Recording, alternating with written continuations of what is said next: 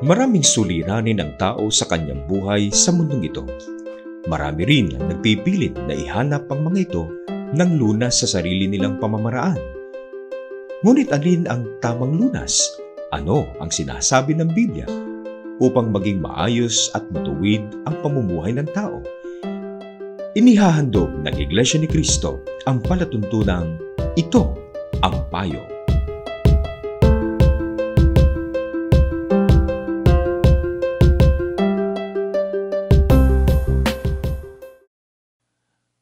Muli po sa pangalan ng Iglesia ni Cristo, ito ang palatuntunang ito ang payo at ako po ang kapatid na Arnel Solano. Meron po nag-request sa atin, ang talakayin daw po natin ay ukol sa dapat na maging katangian ng isang lalaki na may asawa. Ang terminong ginamit po niya ay a husband and a gentleman. Klaruhin muna natin yung gentleman. Ang gentleman sa Tagalog, maginoo. Ang isang maikling paliwanag ng dictionary sa gentleman ay a man who is honorable and well-bred. Isang lalaking kagalang-galang at maayos ang gawi o kagalang-galang ang kilos at pag-uugali. Alam po ninyo sa banal na kasulatan, may mga inilatag na mga katangiang dapat taglayin ng isang lalaki na may asawa. Tatalakay natin ang ilan na kapag natutunang sundin, magiging husband and gentleman nga. No. Doon sa mga may asawa na po, magsilbi nawa itong paalala.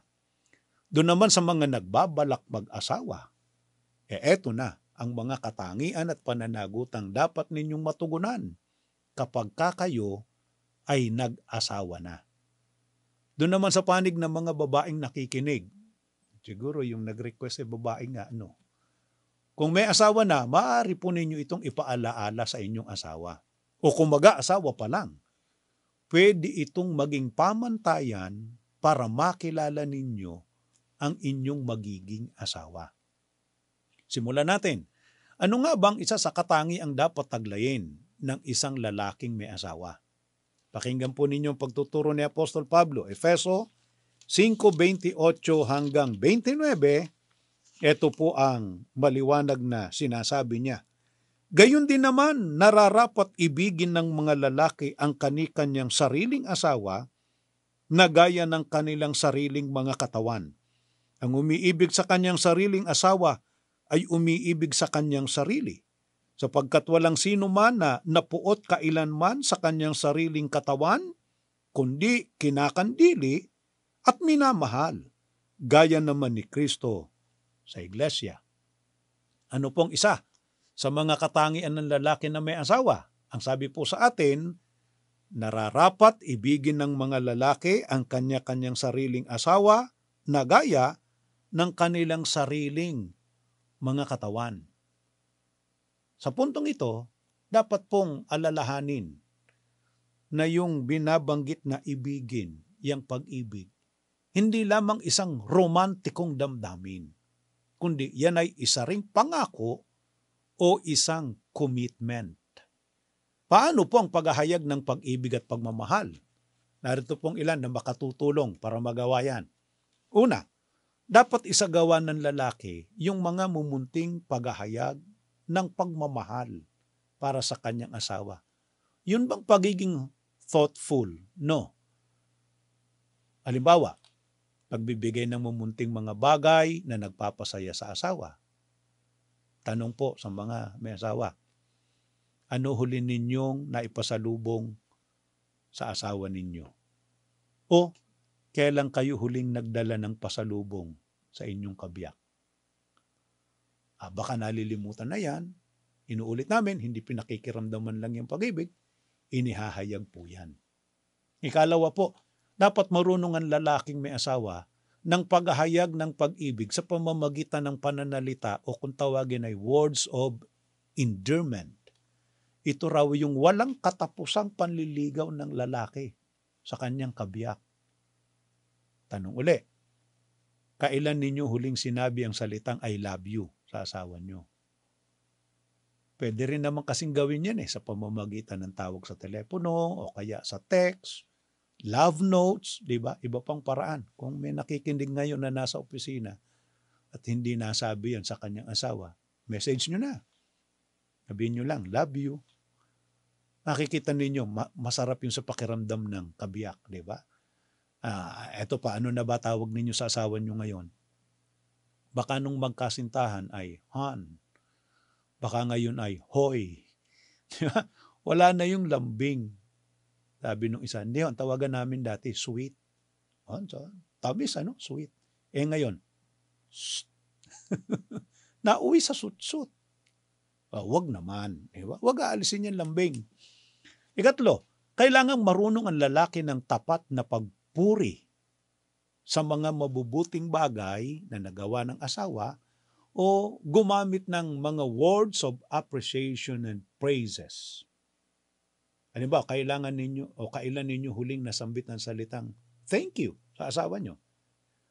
Nagpasalamat man lang ba kayo nung inihanda niya yung damit na gagamitin ninyo? Nagpasalamat man lang ba kayo sa kanyang inihandang pagkain o kaya ay doon sa kanyang nilutong ulam? Ito pa, baka hindi nyo napapansin. Bagong gupit na pala yung asawa ninyo. Di ba? Parang baliwala lang. Kailangan po naroon yung praises. Di ba? Naroon yung pagpuri. At dapat totoo yun. Di ba? Sa damdamin.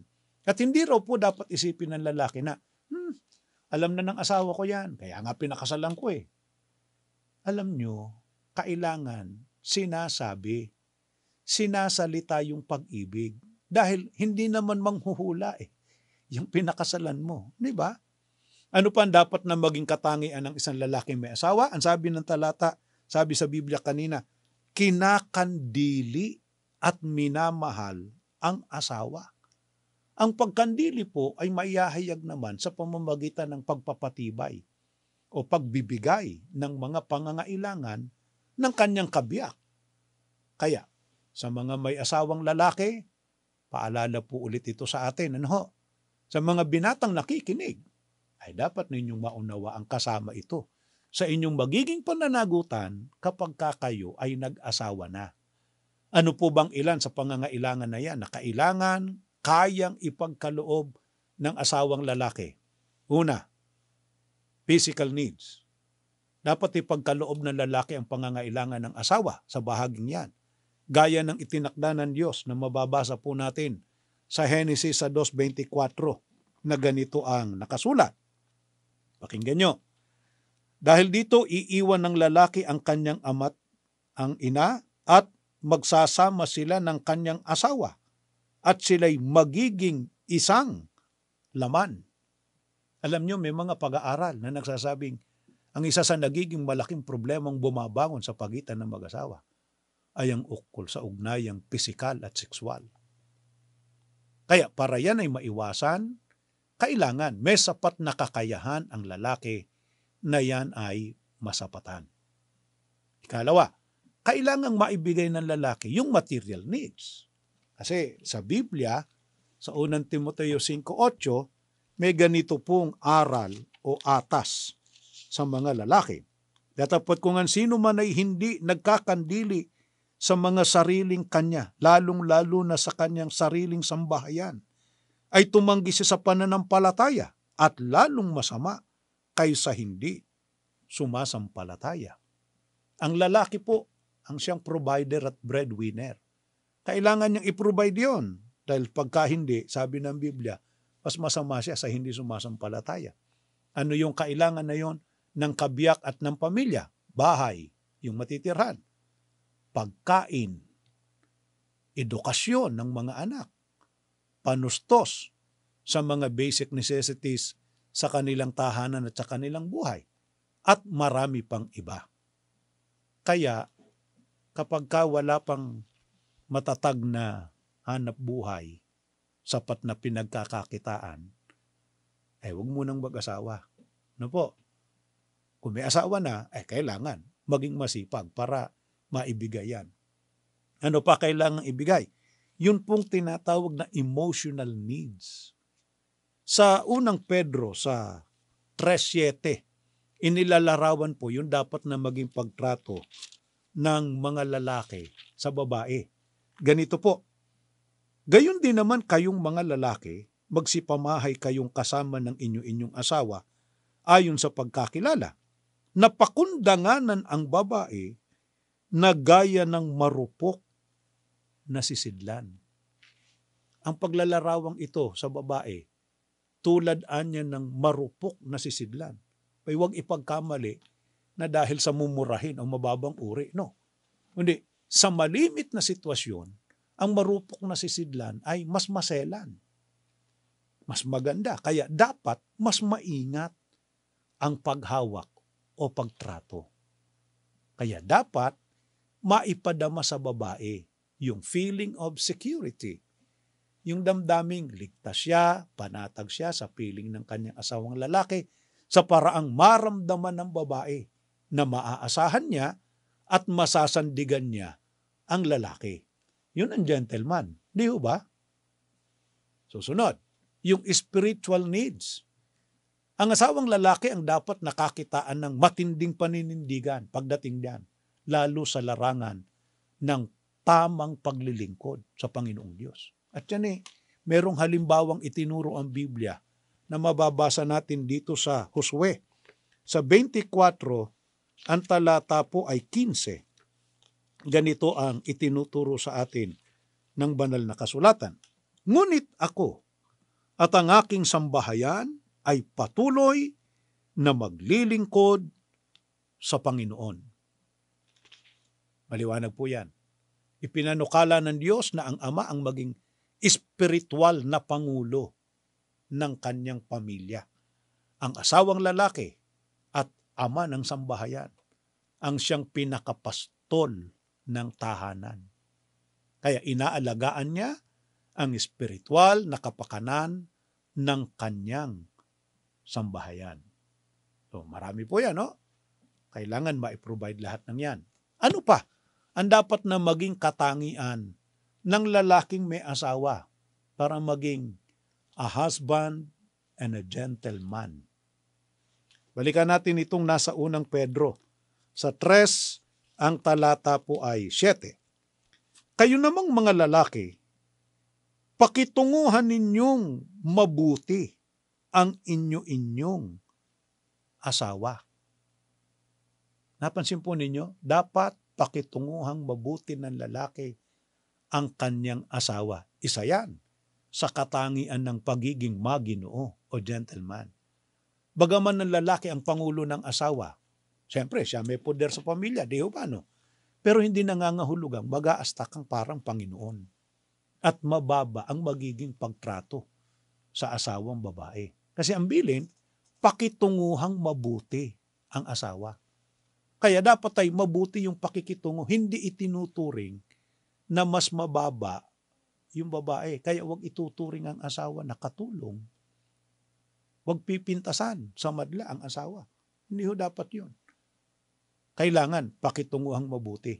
Sa ibang salin yan talatang yan, yung unang Pedro 3:7, meron pong ganito pang sinasabi na kailangan taglayin ng lalaking may asawa. Pakinggan po ninyo.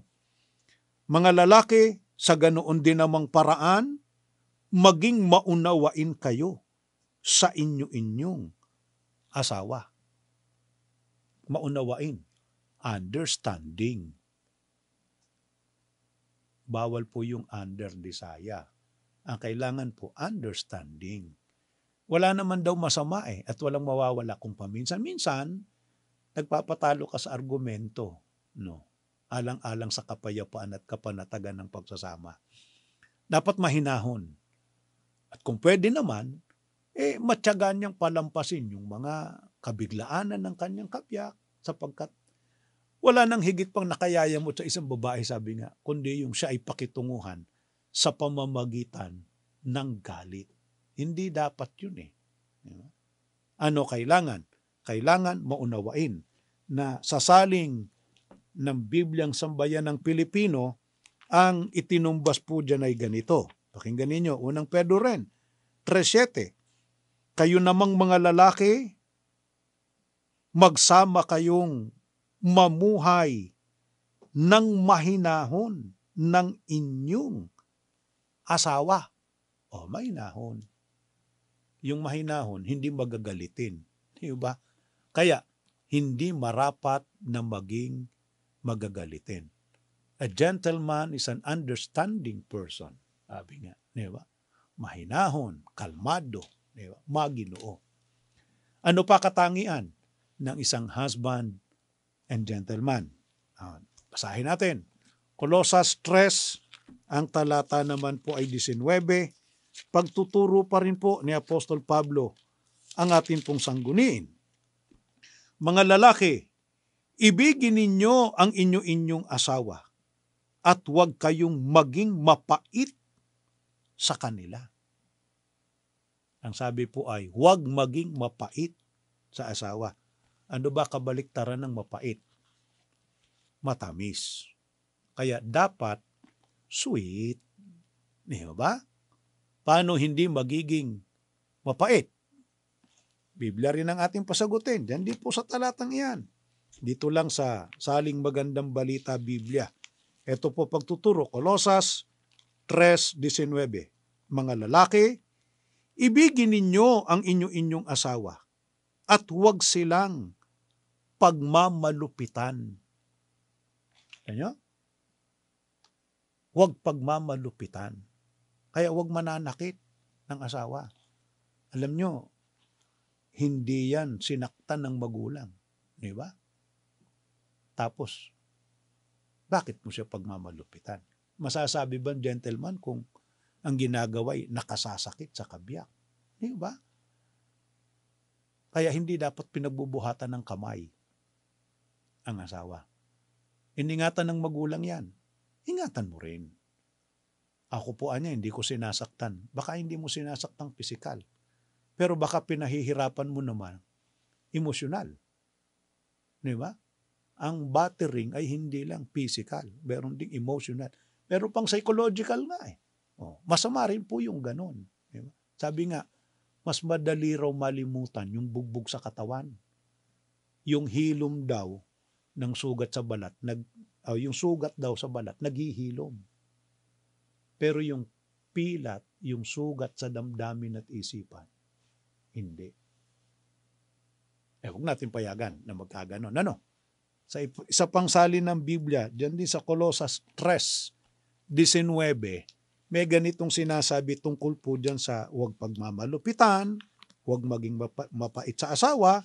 Eto pa bilin. Mga lalaki, mahalin ninyo ang inyong mga asawa at huwag maging masungit sa kanila. Di ba? Kaya hindi dapat na laging nakaangil, nakasimangot, nakakunot ang noo. Di ba? Masama yung hindi man lang ngumingiti. Asawa mo yan eh. Ba't di ka ngingiti? Dapat pag nakikita ninyo ang asawa ninyo, masaya kayo. Di ba? Nakangiti kayo. Huwag masungit. Hindi po pinahihintulutan yan. Okay po? Yung mga yan ay mga payo na mula sa Biblia. Inuulit po namin yung mga gustong mag-asawa. Dapat po, maunawaan ninyo, eto magiging role ninyo pagka kayo ay nag-asawa na. So, sa mga may asawa na, baka po nalilimutan lang, eto po ang role ng asawang lalaki. Tugunan po natin. Sa mga babae, huwag naman ninyong susumbatan kung nalilimutan yan. Ipaalala po ninyo yung kanilang mga pananagutan. Kuha tayo ng isa na lang sa mga katangian na dapat taglayin ng lalaking may asawa o nung mag-aasawa pa lang para maging gabay nila ito. Pakinggan ninyo, Hebreo 13, ang talata ay 4. Dapat igalang ng lahat ang pag-aasawa at dapat ingatang walang dungis ang kanilang higaan, pagkat hahatulan ng Diyos ang mapakiapid at ang mga mangangalon niya. Ito po yon. Mahigpit na bilin, igalang na mabuti ang pag-aasawa, ingatang walang dungis ang higaan. Hahatulan ng Diyos ang mapakiapid at yung nangangalon niya. Siyempre, ang gentleman ay loyal at faithful. ang pagkakaroon ng ibang karelasyong babae, hindi pruweba ng pagiging tunay na lalaki. Di ba? Kaya, maging tapat sa asawang minamahal. Yun din ang katapatan sa Panginoong Diyos, sapagkat yun ang utos ng Panginoong Diyos. Sana ang mga payong ito nakatulong dun sa nagpadala sa atin ng email na yan ang ni-request at sa iba pang nakikinig at sumusubaybay ngayon. No? Kung meron po kayong mga katanungan din o kaya may mga request na paksa na gusto ninyong talakayin, pwede po kayong mag-email din sa amin. Ang aming email address, ito ang payo@incradio.net o kaya ay sa dzem954@incradio.org. Sana po, mapaunlakan nyo rin ang aming mga paanyaya na patuloy kayong magsuri sa mga aral ng Diyos na itinuturo ng Iglesia ni Cristo. Pagbigyan po sana ninyo ang imbitasyon ng aming mga kapatid sa pag-aaral ng mga salita ng Diyos na itinuturo ng Iglesia ni Cristo sa mga tahanan ng mga kapatid namin o kaya ay sa mga gusaling sambahan ng Iglesia ni Cristo na malapit po sa inyong lugar. Meron din po kaming mga programa sa radyo, gaya ng sa INC Radio, at mga programa sa telebisyon, gaya po sa INC TV. Meron din kaming online sa YouTube. Isa po sa mga pwede ninyong i-search ay ang INC Radio YouTube channel. Sana po ay mag-subscribe din kayo para po lagi ninyong mapakinggan ang mga salita ng Diyos na itinuturo ng Iglesia ni Cristo. Salamat po sa inyong muling pagsubaybay. Bago tayo pansamantalang mag-iwahiwalay, mananalangin po tayo. Ama namin Diyos, salamat po ng marami.